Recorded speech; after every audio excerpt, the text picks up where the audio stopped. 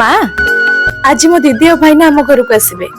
ମୁଁ ଭାବୁଥିଲି ଟିକେ ଚିକେନ ଆଉ ମସରୁମ କରିଦବା କି? ସେସବୁ କିଛି କରିବା ଦରକାର ନାହିଁ।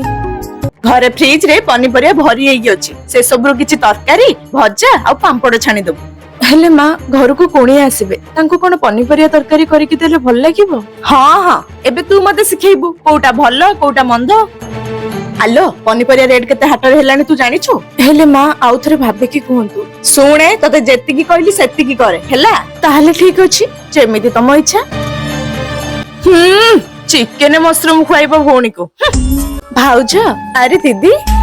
ହଁ ହଁ, ମା କାହିଁ ଏଇ ଛାତକୁ ଯାଇଥିଲେ, ଏବେ ଆସୁଥିବେ। ଏଇ ତ ଆସିଲେଣି। ମା ହଁ ମୋ ଝିଅ। ହେଲେ ମା ରେ କଣ ହଠାତ୍ ଆସିଲୁ? ହଠାତ୍ ନୁହେଁ ମୋ ମା, ଦିଦି ତ ମତେ କହିଥିଲେ ଆସିବେ ବୋଲି। ଆଉ ମୁଁ ତ ଆଜି ତମକୁ କହିଥିଲି। ହେଲେ ତୁ ତ ମତେ କହିଥିଲୁ ତୋ ଭଉଣୀ ଆସିବ ବୋଲି। ହଁ ମା, ମୋ ଭୁଲ କଣ କହିଛି? ଦିଦି କଣ ମୋ ନିଜ ଭଉଣୀ ନୁହଁ କି? ଆଚ୍ଛା, ତାହେଲେ ମତେ ଏମିତି ବୋକା ବନେଇଲୁ ନାଇଁ? ହଁ ଶାଶୁମା, ଆଜି ତମକୁ ଖାଇବା ବାଢିଲା ବେଳେ ସେମିତି ଲାଗିବ ଯେମିତି ମତେ ମୋ ଘର ଲୋକ ଆସିଲେ ଲାଗେ।